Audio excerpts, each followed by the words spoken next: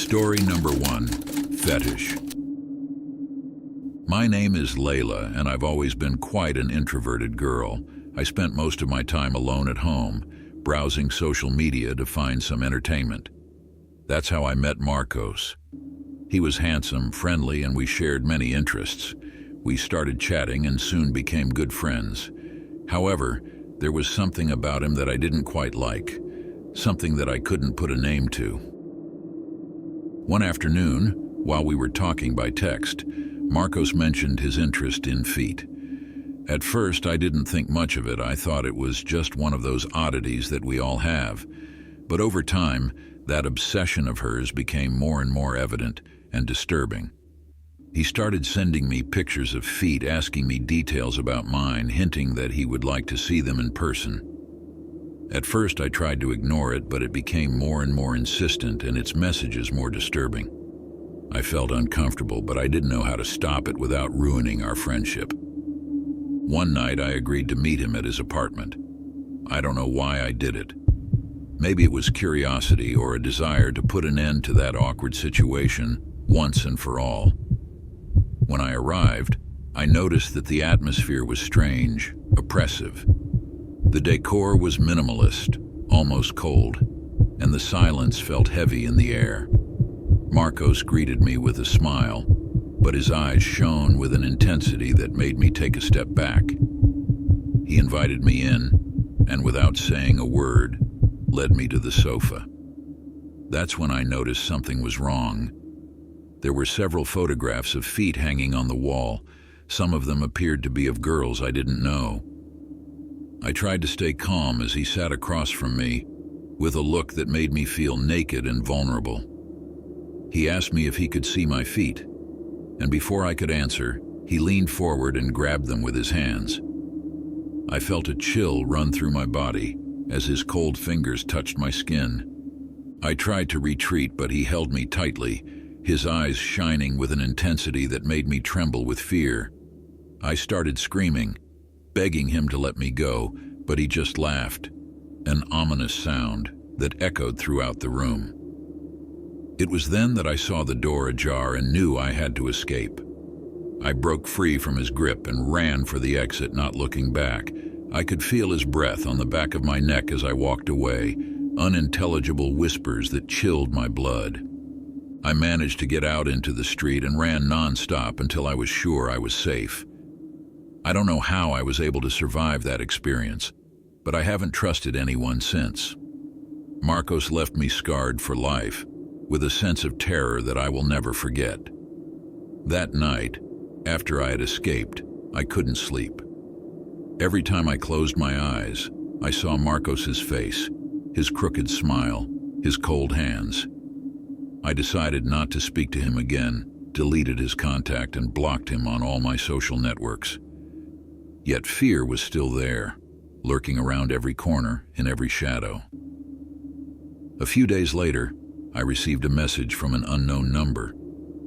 "Were you scared?" the text read. My heart raced and I knew it was him. I decided to ignore it, but the messages kept coming. "Where are you? I miss you. Show me your feet." Each new message increased my anxiety and fear consumed me. I spoke to my parents about what happened, and they suggested that I go to the police. I made the complaint, but the response was discouraging. They said that without concrete evidence, they could not do much. Helplessness enveloped me and fear grew. One night, while I was trying to sleep, I heard a noise in the window. I slowly got up and walked over to see what it was. There was Marcos, standing in the garden, looking at me with those deranged eyes. My body became paralyzed and I couldn't make a sound. He smiled and picked up his phone, showing me the screen where he had a picture of my feet that he had taken in his apartment.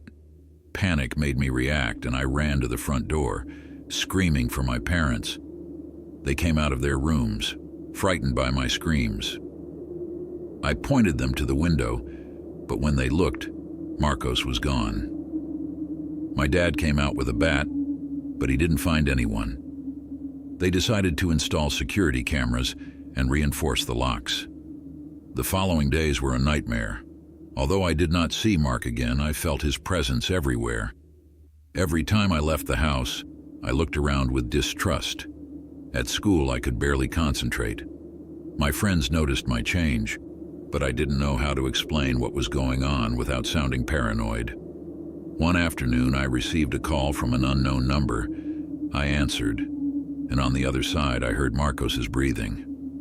"You can't hide from me, Layla," she whispered. I hung up immediately and called the police again, but without clear evidence, they couldn't do anything. One night, I decided to stay up and keep an eye on the security cameras.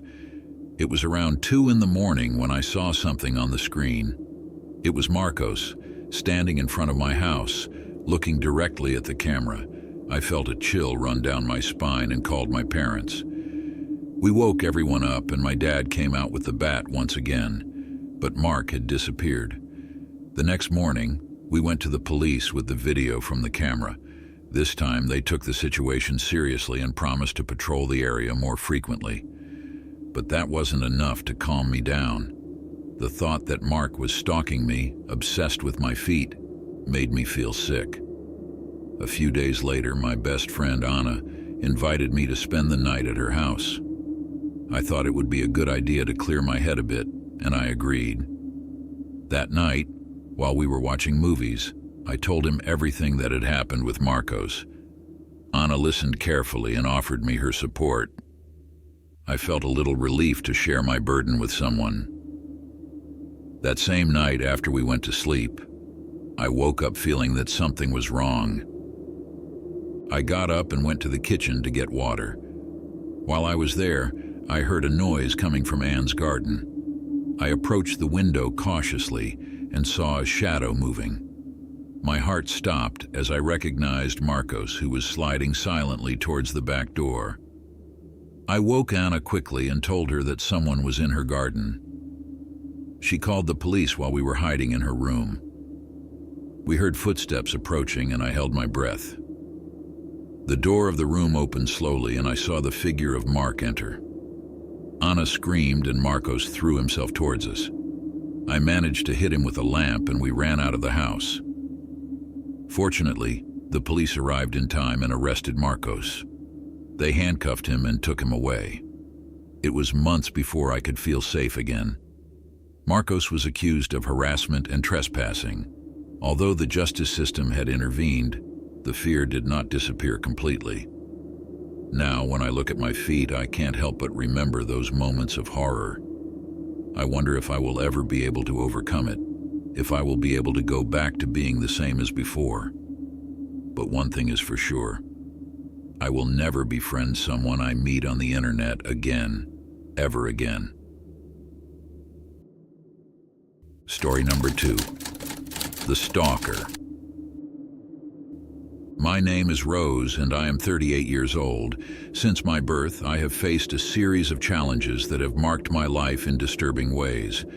I was born in Alabama as a very sick baby, so frail that I even died twice before being miraculously revived. However, those experiences left aftermath, physical and mental disabilities that have accompanied me ever since. For most of my studies, I was in special needs classes, struggling to find my place in a world that seemed always challenging and hostile. For security reasons, I will change the names in my story. Currently, I am disabled due to my health problems and can no longer work. Since the creation of YouTube, I have found refuge on the platform, using my time to share my interests and passions. I'm not a big YouTuber, nor have I considered this a job. I just see it as a way to keep myself busy and connected to the outside world. I have many different interests, and I am also a devout Christian. One of my YouTube channels was called Sami, where I tried to share teachings about Jesus. I felt God calling me to do so I immersed myself in reading and explaining the Bible using the King James Version. One day, a woman I'll call Abby misinterpreted what I was saying in one of my videos. Unbeknownst to me, Abby found my personal Facebook and Instagram accounts, which were not linked to my YouTube channel. That's when the real horror began. Abby began to harass me, threatening to ruin my life and coming to my house in her truck. I tried to resolve things with an apology, but it only seemed to make things worse. I don't hate anyone. In fact, I have family and friends who are gay, and some aren't even Christians. I was just trying to share God's word, but Abby didn't understand it that way.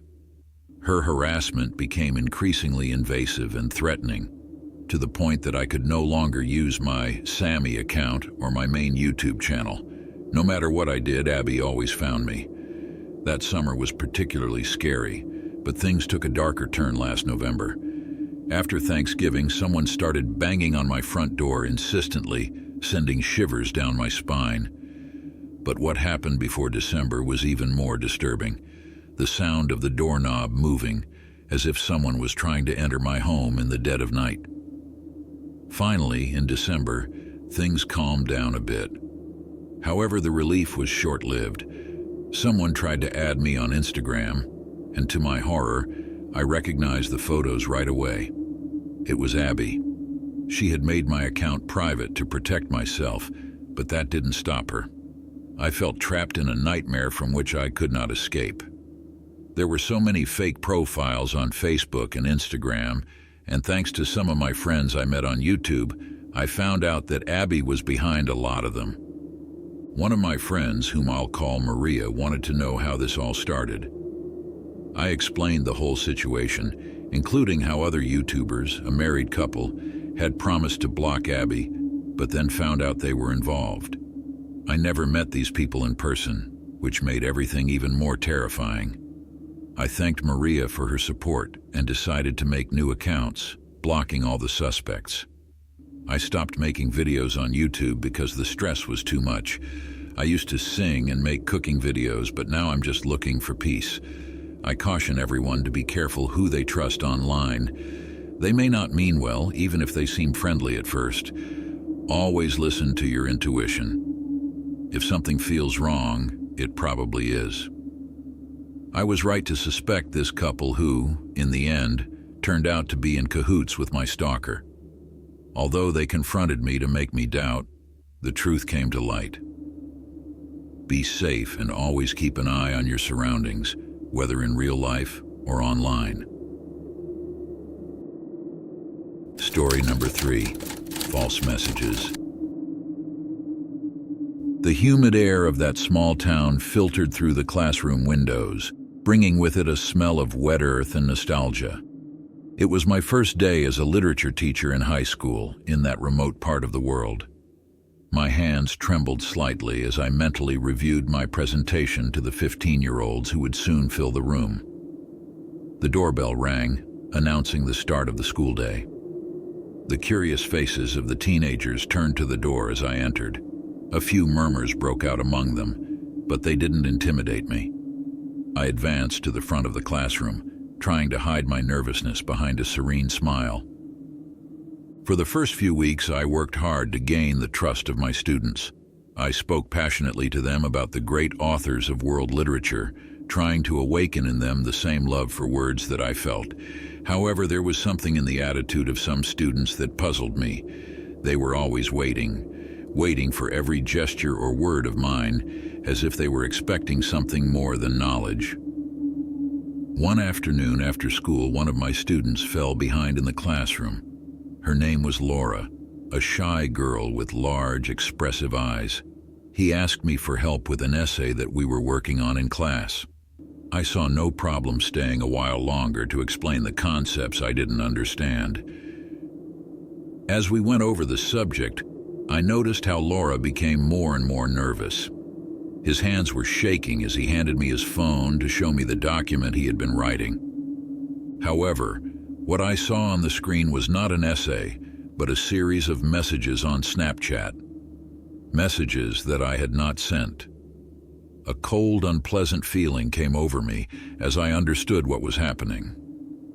Some of my students had been receiving messages from someone impersonating me on Snapchat, asking them about their personal lives, their interests, and even at times, being inappropriately suggestive. I apologized to Laura and reassured her, promising her that I would solve the problem. That same night, I checked my phone for any hint of intrusion or hacking, but found nothing out of the ordinary. However, the feeling of being watched, that someone had invaded my privacy and was using my identity to manipulate my students, filled me with indignation and paranoia. I decided to confront my students the next day. I explained the situation and begged them to tell me if they had been contacted by someone impersonating me on social media. Most denied receiving any strange messages, but I could see the concern in the eyes of some of the girls. The following days passed in an atmosphere of increasing tension. I felt constantly watched, as if someone was always behind me, lurking in the shadows. My students seemed more distant, as if they were hiding something, but I didn't know what. It was a rainy afternoon when everything fell apart. I had arranged to meet after school to prepare material for the next lesson when I heard a whisper in the hallway.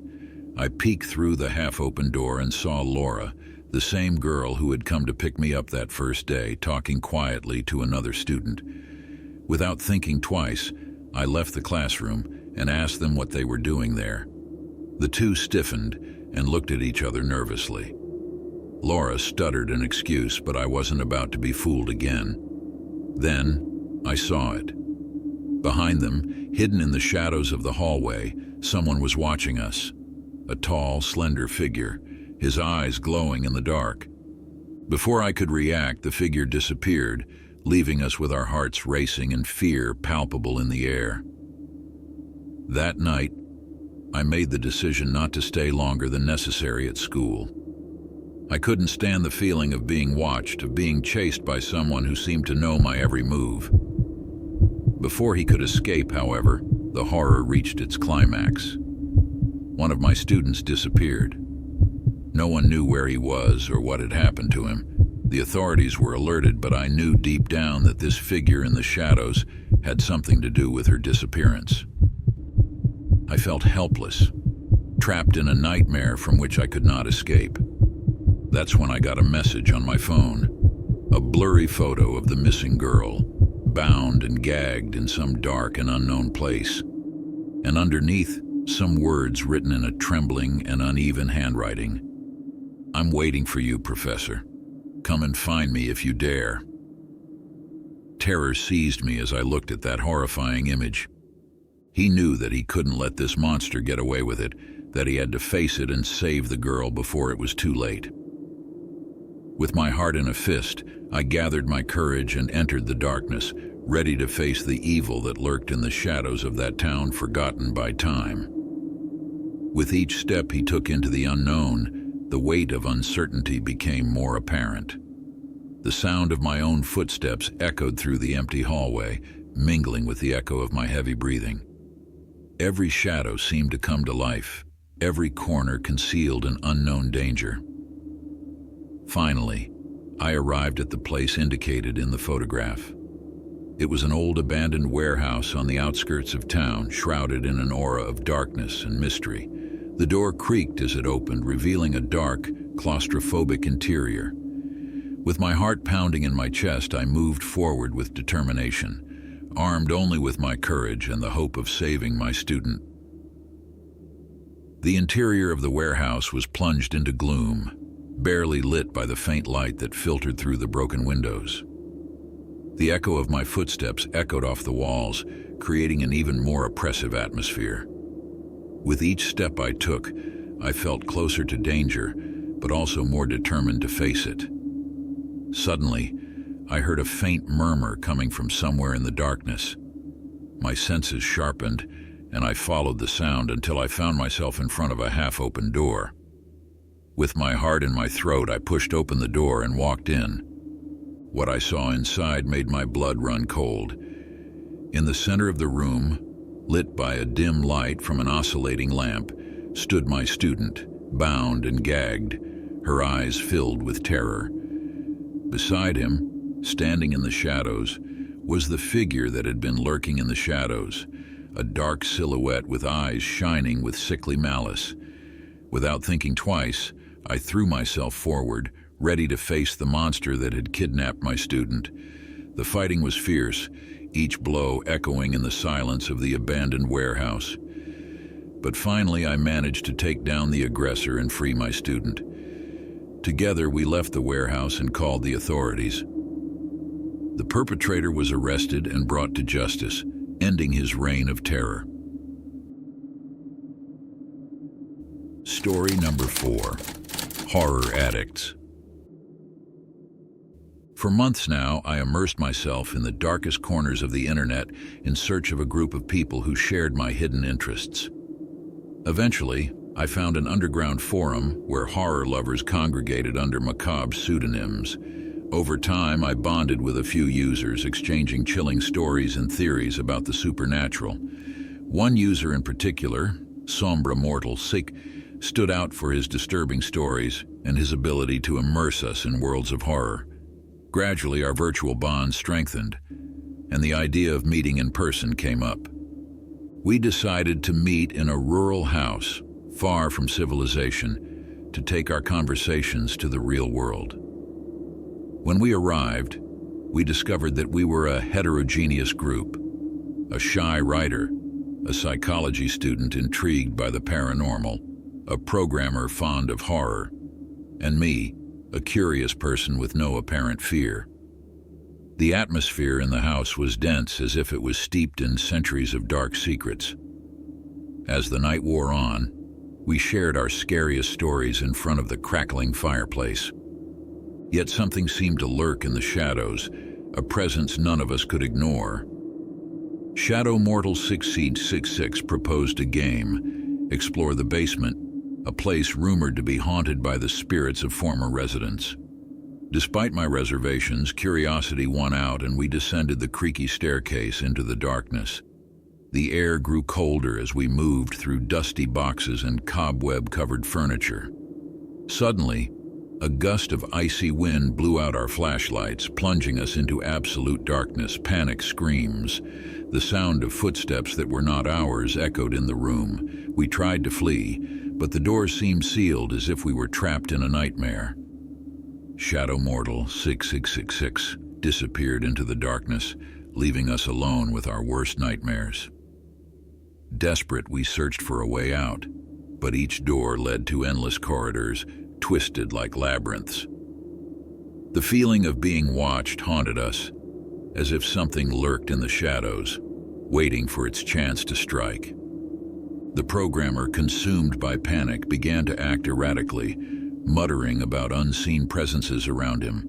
The psychology student tried to rationalize the irrational, while the writer was silent, his eyes shining with a deep and ancestral fear. In the midst of the chaos, I remembered the warnings not to play with the unknown, about the dangers of going too far into the abysses of horror. But it was too late for regrets. Then, in a flash of lucidity, I remembered the words of Sombre Mortal 66. In the world of horror, you are never alone. With a cry of bravery, I turned on my flashlight, revealing pale, twisted figures contorting in the shadows. With one last effort, we summoned the force to break the spell that had trapped us in that cursed place. The light of dawn greeted us as we emerged from the house, exhausted and trembling, but alive. We never met again, each carrying with him the invisible scars of that night of terror. But sometimes, when I close my eyes, I can still feel the presence lurking in the shadows, reminding me that in the world of horror, we are never truly alone.